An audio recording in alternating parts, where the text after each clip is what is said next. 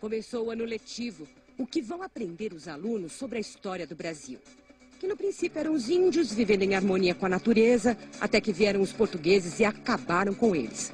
Depois chegaram os negros escravos, martirizados por séculos por senhores cruéis, só foram libertados por causa de mesquinhos interesses de mercado dos ingleses. Zumbi, Prestes, Santos Dumont, Aleijadinho fazem parte da galeria de heróis que os livros didáticos nos ensinaram a amar. Mas e se seus feitos não foram tão heróicos assim? Há uma nova história do Brasil sendo escrita por uma nova geração de historiadores, que teve acesso a documentos antissecretos, que viajou, descobriu, conferiu, cotejou e produziu na universidade teses com desconcertantes abordagens sobre aqueles mesmos velhos fatos. Haveria, digamos, uma história brasileira de direita e outra de esquerda? Haverá uma história real?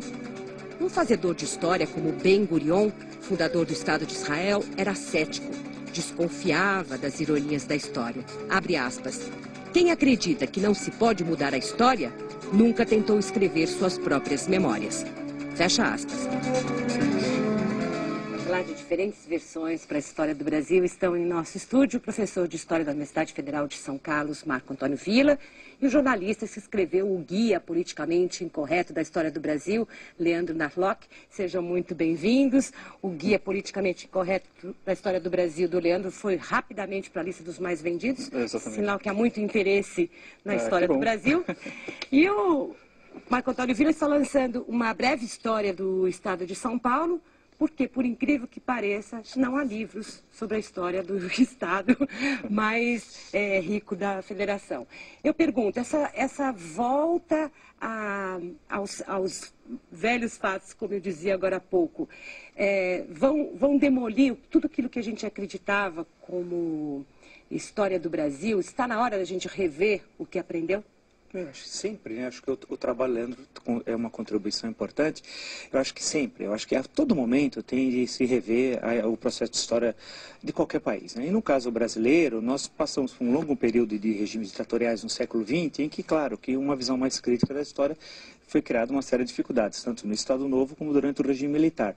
E mais nos últimos 30, 40 anos, quando se institucionalizou o ensino de pós-graduação, se desenvolveu muita pesquisa de história do Brasil, tanto em teses de doutorado e em dissertações de mestrado, com várias fontes de financiamento, CNPq, CAPES, aqui em São Paulo, FAPESP. Então, hoje é uma massa da produção de muito boa qualidade, algumas vezes em alguns programas. Mas por que isso não chega? Isso não chega? Esse que é o problema. Quer perguntar às escolas, não chega aos jornalistas, à imprensa. Ainda não chega às escolas de samba.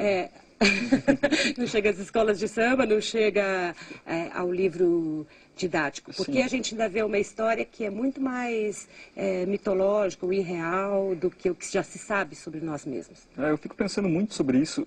A minha conclusão é que os professores, não digo todos, mas acho que a escola prefere uma história esquemática, que você tem o personagem maldoso, inescrupuloso, que só pratica atos malignos, e a vítima e o bonzinho, né?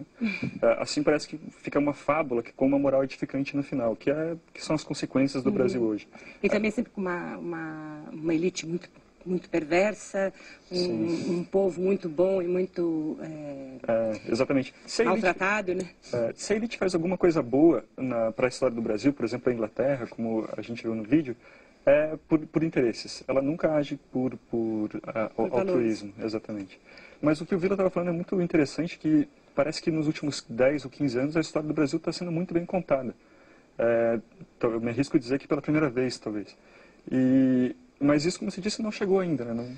Porque há um fosso, parece, entre a pesquisa acadêmica e, por exemplo, os manuais de ensino fundamental, ensino médio e tal. Evidentemente que o manual não cria conhecimento, ele sistematiza o conhecimento produzido em outra esfera. A grande questão é que isso não ocorre. E os manuais ficam repetindo. Então, grande parte dos manuais de história hoje tem mais ou menos a versão dos últimos 30 anos, ainda durante o final do regime militar. Então, e que era engraçado, nós tínhamos o regime militar, mas os manuais de história que já estavam circulando no final dos anos 70 início dos anos 80, eram manuais de uma certa leitura de esquerda da história do Brasil. Então, por exemplo, onde há militar na história do Brasil, evidentemente que eles são escrachados nesses manuais. Da Guerra do Paraguai, por exemplo, né? Esse era sempre citado como um grande exemplo na versão de um livro feito por um jornalista, que é o Júlio José Chiavenato, fez um livro chamado Genocídio Americano na Guerra do Paraguai, que dava a impressão que o exército brasileiro e as forças aliadas mataram quase que toda a população do Paraguai, o que é absolutamente uma inverdade, que o Brasil teria entrado na guerra porque era auxiliar do imperialismo britânico. O Brasil estava com relações diplomáticas rompidas com a Inglaterra, né? Que o Paraguai vivia uma revolução industrial e que o Brasil era um agente inglês. Nunca teve revolução industrial no Paraguai. Então se construiu uma história que era da extrema-direita paraguaia, que chegou ao Brasil como leitura da esquerda brasileira, olha como houve uma inversão ideológica, e entrou no manual. Canudos, por exemplo, que eu estudei na minha tese de doutorado, virou uma comunidade socialista, né? Como que alguém podia dizer isso? E Palmares, esse Palmares do Zumbi, que acharam até o dia da morte dele agora, que é feriado, inclusive, acharam que era uma comunidade socialista também, e está no livro didático. Sim, não, parece que eles tinham uma visão pronta e tentaram encaixar essa visão de sociedade comunista em vários exemplos da história do Brasil, né? Quer dizer, você tenta colocar a força mesmo, né? Encaixar a força. Quase chegamos lá, porém vieram as forças disso, daquilo, que impediram e massacraram o Você está quase próximo à vitória, aí há alguma coisa que interrompe e tal. E isso é um problema, no caso do livro didático, tem a formação também dos professores. Os cursos de graduação de História são muitos no Brasil, são mais de uma centena, só em São Paulo são 50, no estado de São Paulo.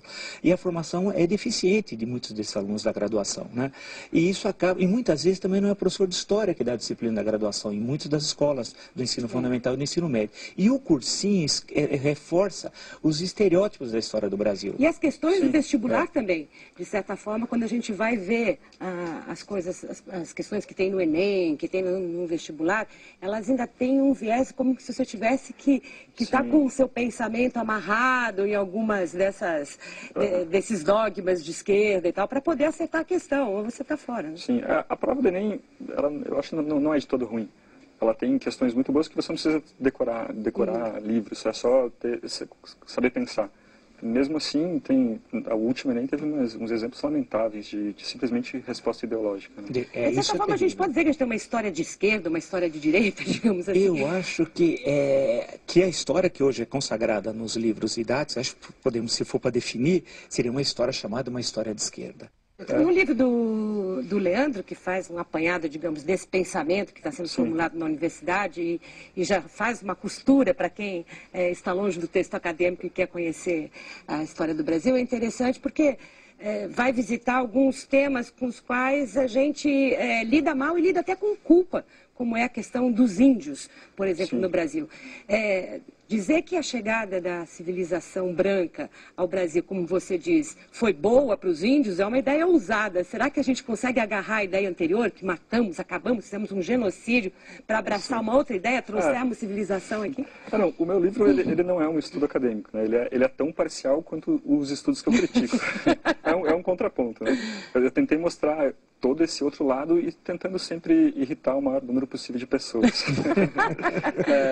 O que eu tentei mostrar é que, apesar das matanças extensas e das mortes por doenças que ninguém pode negar que os índios sofreram, eles lucraram muitíssimo, eles também lucraram muitíssimo com a chegada dos portugueses, e não só com ferramentas, com essas coisas. A banana, ela resolveu um problema de falta de proteína nas tribos brasileiras impressionante.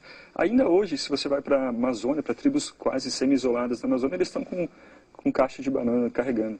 Cachorro também, o cãozinho ajudou a desintocar animais no mato, foi uma ótima tecnologia, né? Porque você conta que os índios adoraram, né? O cachorro, aquele bicho domesticado que acompanha, que faz companhia, que ajuda na caça. Exatamente. Né? E mesmo a agricultura, né? A agricultura intensiva não existia tanto no Brasil até